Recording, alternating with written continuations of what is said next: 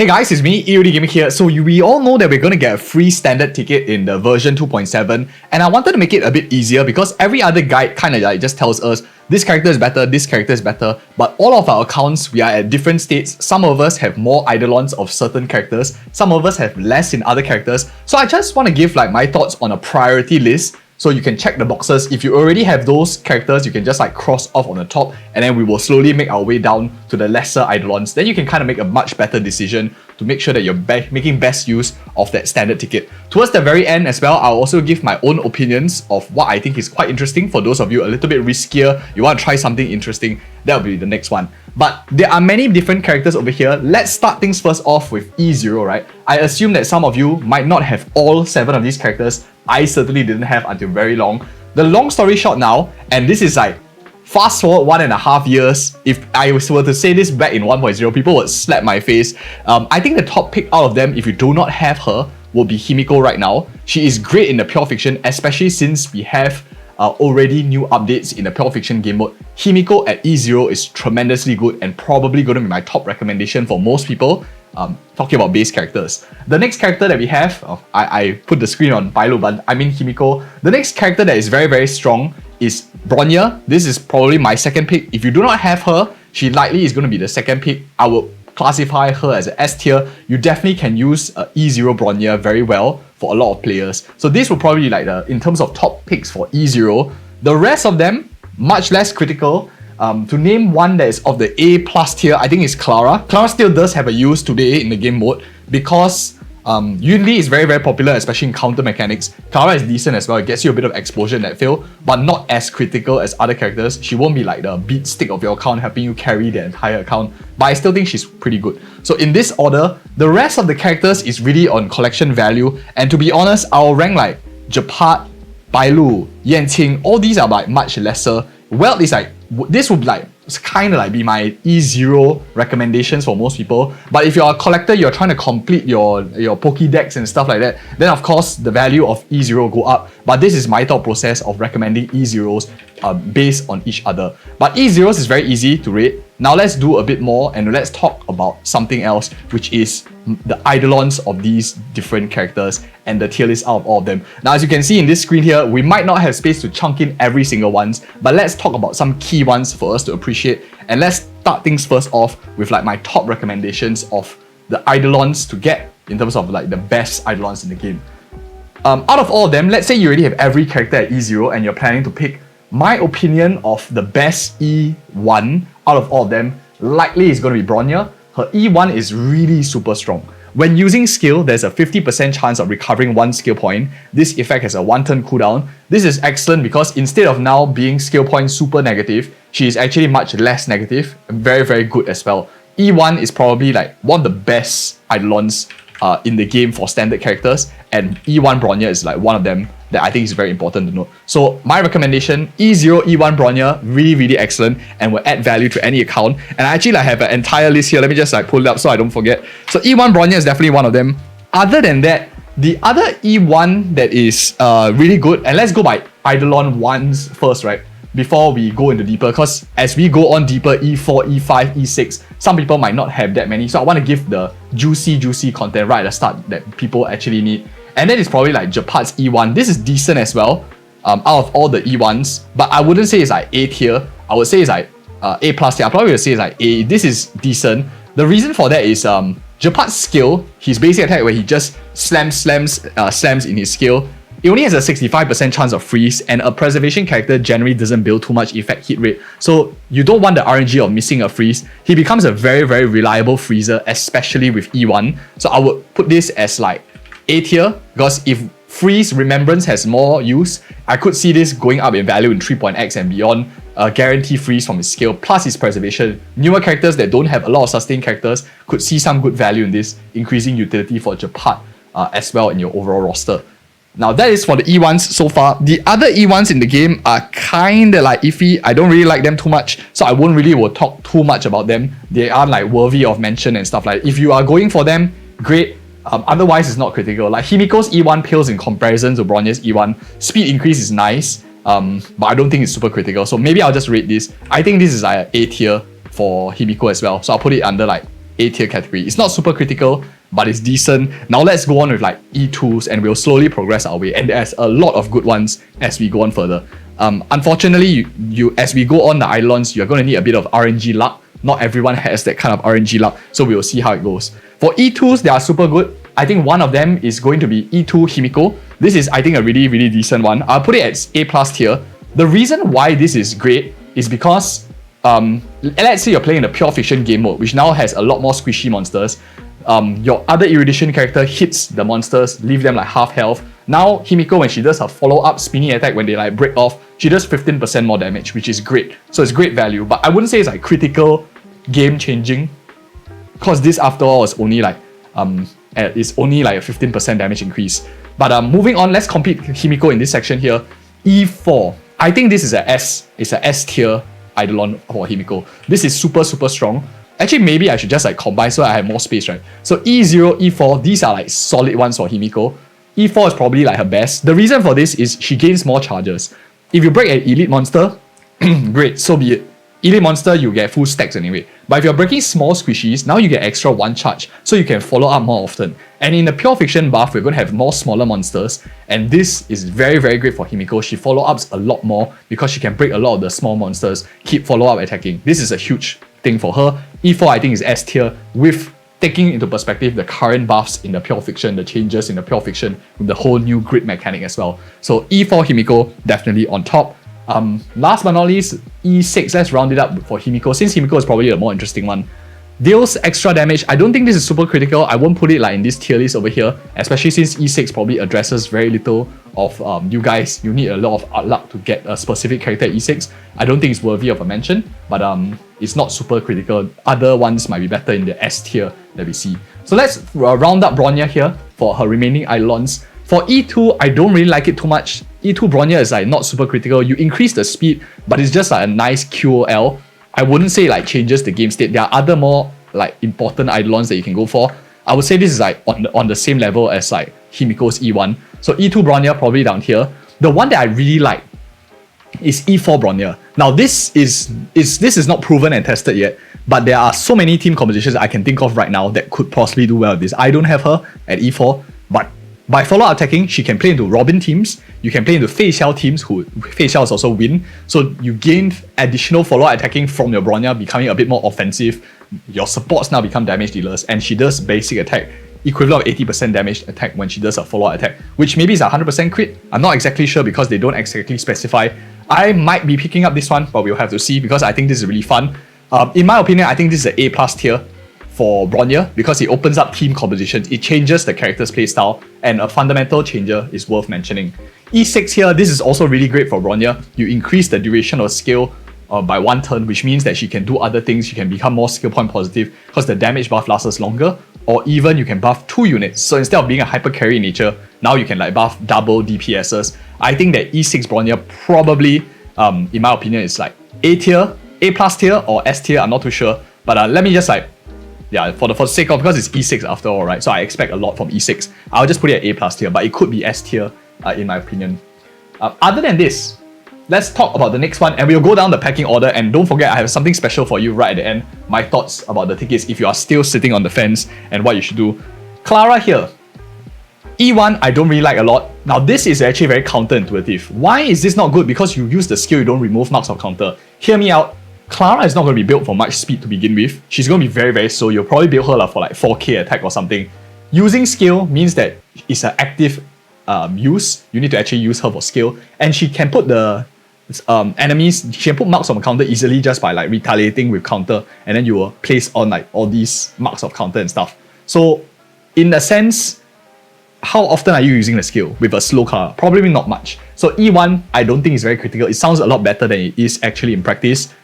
E2, after using ultimate, attack increases 30% for 2 turns. This is nice. I'll probably put this as like, I guess A tier. Is a nice QOL, nice to have, but not like super critical at all. So I'll probably like put E2. But E1, I don't even want to like rank it. I don't think it's like very, very significant. Probably is not even worthy of a mention in the list. So B is like you can still consider. The rest of them is like if you really are getting it, okay man. What is nice about Clara is she gets a lot better with deeper Eidolons. But as you can see, it's not easy to go deeper Eidolons. E4 I think is really solid. E4 I probably will rank it as an A+ tier. This plays into her overall playstyle. After Clara is hit, damage taken of Clara is reduced by 30%. Very, very strong. She takes a lot of damage because she naturally draws a lot more aggro. She's destruction, she aggro draws, and she wants to take the damage so she can counter for the rest of the team. Super nice, I think plays into overall playstyle. E6 is also great. You have increased counter chance as well as you have increased number of counters. I think E6 is probably also like A+. If you are a Clara player, and I think this is still like relevant in the meta, so I'll put like Clara at E6 also at A+. If you don't have Yunli, E6 Clara is very, very strong as well. You can consider going down that road if you just want to play like counter aspect. But that is for Clara. Next character that we have, going down again, order of like attractive characters that we have. The next one is Welt, who still might find some play in the modern game state, but not exactly like insanely a lot. His E1, not really worth much of a mention, it's just a bit of additional damage. The one that is interesting is E2 Welt. And E2 Welt I probably will put as like at A tier. If you actually have him, you play him at all, this is going to increase his utility because it helps you give him more energy regen. It's something like Serval's massive energy regen. She gets a lot of it back. This is when talent is triggered, he regenerates 3 energy, which is actually super easy to proc. So when you hit an enemy that's already slowed, you proc the talent, you deal additional damage, and you restore energy. He only has 120 energy burst cost, which is low nowadays compared to the rest of them. So this is super, super easy to do. I like his E2 a lot, gives him a lot more utility as well. E4, base chance skill to inflict speed reduction increased by 35%. This is nice, but if you think about it, he is a nihility character. He has access to a lot of effect hit rate like cones. He might be even building for effect hit rate to begin with. So not as critical as, for example, what we saw in the Japat's E1, because Japat normally naturally doesn't build too much in effect hit rate, being a preservation character. Not much access to light cones to give that stats. So this sounds better than it actually is compared to the Japat one. But E6 here also is like so-so. When using skill deals damage for 1 extra time to a random enemy, this is also fine-ish, but I wouldn't say like it's worth mentioning. The only one that I really want to talk about is like E2 Welt. The rest of them are like okay-ish. Other than that, let's talk about the next one, which is let's talk about Japat first, shall we? And complete the rest of the Eidolons in case any of you who are going a bit deeper. So we talked about E1 already. E2, this is so-so, it's like not really very great. It's only just a speed reduction and it's only like 1 enemy, so I wouldn't consider like super big deal. Unless of course you are looking for a debuffer, then Japat kind of becomes a debuffer because you have a bit of a speed down, but I don't think this is like super critical. Maybe I'll put it as like a B tier because it's still something. It does change up his playstyle by allowing him to actually debuff enemies. But this one over here, Faith Move Mountain, when Japat is in battle, all allies effect rest increased by 20%. One day, hopium, crossing fingers, one day effect rest is going to be useful. When that day comes, then this will be more useful. For now, no one benefits from too much effect rest. No one scales off of effect rest, so I don't think it's worth mentioning. And just for the record, E6 Japat is the most dog shit E6 I've ever seen in my life. Revise takes action and gains more HP. Why couldn't just this be like his base Eidolon, right? Why couldn't this just be based in his base talent? That is like super dumb. For those of you who forgot, his talent is when he dies, he restores a percentage of his HP and then doesn't act immediately at all. That's like crazy stuff. But yeah, with his Eidolon 6, you can make him have like almost 100% HP and he acts again. Basically useless. I guess in the early game or like critical content it might be useful, but other than that, like worst Eidolon I've ever seen. E6 Japat. But okay, next one, Bailu. Now this is going to where it starts getting interesting. Bailu at E0 is meh, but Bailu with Eidolons actually is worth considering a little bit. So E1 Bailu, this is actually quite nice. When you have max HP, your invigoration ends, you regenerate 8 extra energy for this target. This is quite nice, especially in the earlier game. You get a bit more utility for this one, but I wouldn't say it's like super critical. It does change out a bit of the playstyle. I would probably rate this as B tier, in the sense that it benefits your thing, but in practice, you probably won't use this too much, but it's still nice to have, so it makes the list that I have of recommendations. Don't forget, B doesn't mean it's dog tier. It means that it's even worthy to consider maybe if you're planning to use your ticket rather than just like discarding the ticket, right? Totally, right? E2 here, Sylphic Sumber. After using out, Bailu's outgoing healing increases by 15% for 2 turns. This is like iffy. It's like if you want this and you're using Bailu a lot, sure, but I don't think it's worth like rating out of all of them. Next up is Evil Excision. Every healing provides additional damage. This is what I really like about Bailu. Now this, I think this is really underrated because you get 10% more damage for 2 turns, turning Bailu into a damage buffer type unit as long as you heal with a skill. So this, in my opinion, I mean, it's arguable, right? I will probably put it as like A+ or even S tier because it does change Bailu's overall playstyle. But how often will people use this? I don't really know. I probably put it here, like A+. I think it's worthy of a mention. Like, I think it's really, really strong because it turns her into like a buffing type character, a buffing unit. 30% damage buff for 2 turns, and it's quite good. And it seems her skill can like, her skill bounces. Am I right? It's forever.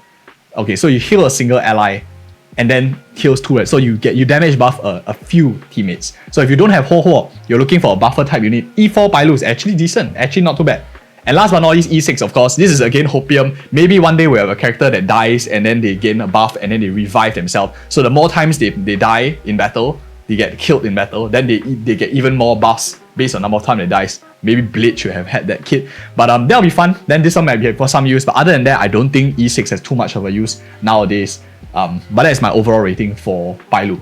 Now last, and then before I tell you, if you are still looking at this list and you have no idea what to pick, there is one other thing I want to talk about. But I'll leave that towards the end. I just want to give the content first before I share with you my personal thoughts of what I will also be doing, probably. So Yanqing, okay, the problem with Yanqing, right, honestly, he is a very selfish DPS, even in his Eidolons. He only buffs himself, he doesn't care about the rest of his team. Whereas a lot of the other things that we see in the Eidolons of the other standard characters, they have either increased utility, they give to the team, or they buff the team in some sense. He doesn't give a F about your entire team.